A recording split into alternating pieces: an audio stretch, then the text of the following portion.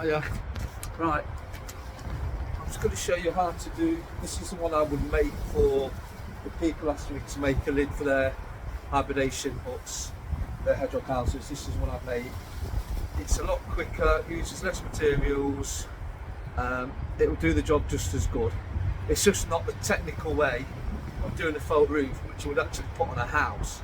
Like the way I showed you there is what you would have on someone's porch roof. Obviously, you'd have underlayers. But that is basically what I do for a professional roof. This is what I do for hibernation huts, simply because it's quicker, uses less materials, and that's it. It's quicker and uses less materials, and it does exactly the same job. So as you can see, I've cut the felts. I've quickly made the lid. Those edges, there's little gaps. It just won't matter. So I've made the lid, which is like a tray. I've cut the felt. I've just got to stick the felt to the lid. So what I do is turn it over, put it in the middle. I'm doing this roughly by eye. I'm not measuring. Like I say, this is for quickness and for effectiveness, not necessarily for aesthetic pleasure, as you might say. So get that roughly there, and there, come on to. I would say it's not an aesthetic pleasure. I've got a little bit of pride.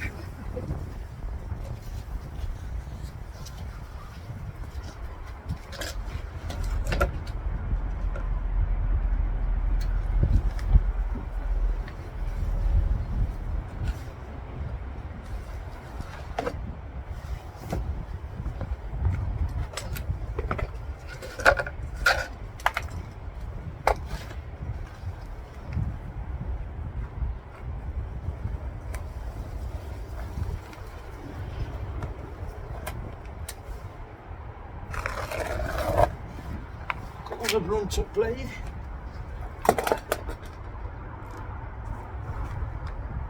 This by eye. By eye, man. Right. I'll just do it a different way. I'll do it whilst I'm showing. So what needs to be, just look roughly equal.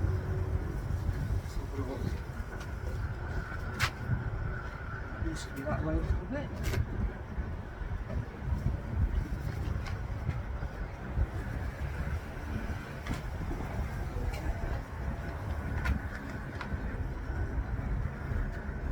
This way a little bit.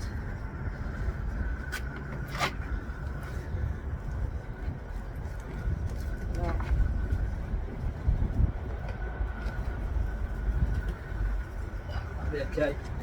Like I say, this is just done for effectiveness more than looks. A bit like me.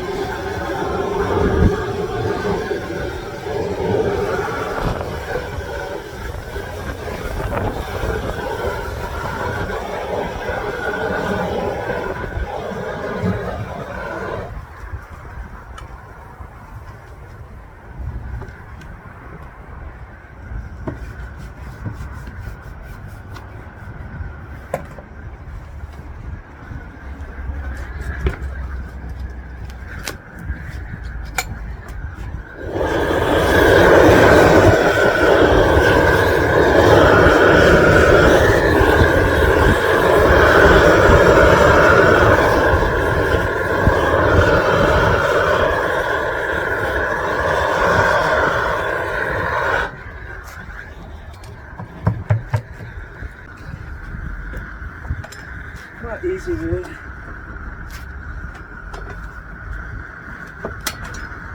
On this corner, it's just a box.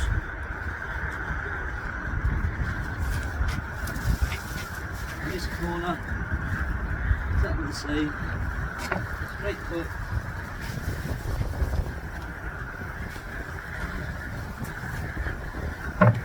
This corner straight again. Oh, attempt to straight cut, do the job. Straight cut on this one. There we go. Right.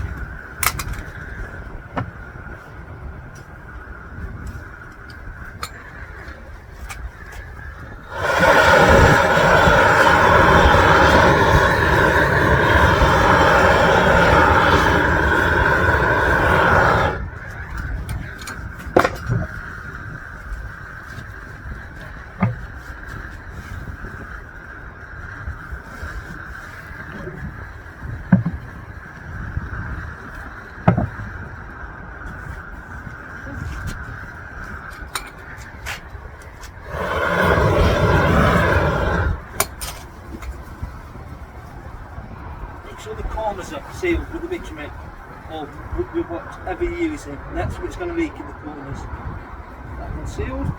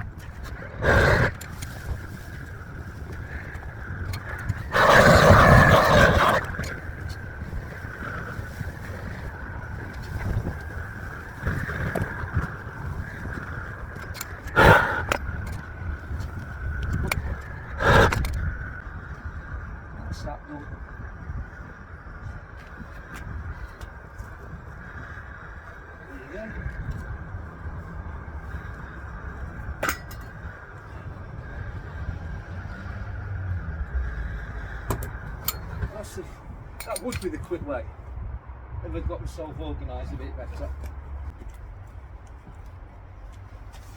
Okay, it's a nice square. If you took the time, you could get the, like I say, you could get the edges exactly equal, but like I say, I've just done it quickly. You can see all the corners are nice and sealed with bitumen. Just concentrate on your corners, get your corners watertight. Well, that's it. You see, that's just a quick way of doing it with torch and foam. You do exactly the same with self-adhesive, except if you did it with self-adhesive foam, you really want to do an underlayer, really get your corner sealed. Then put the top layer on. Right, as you can imagine,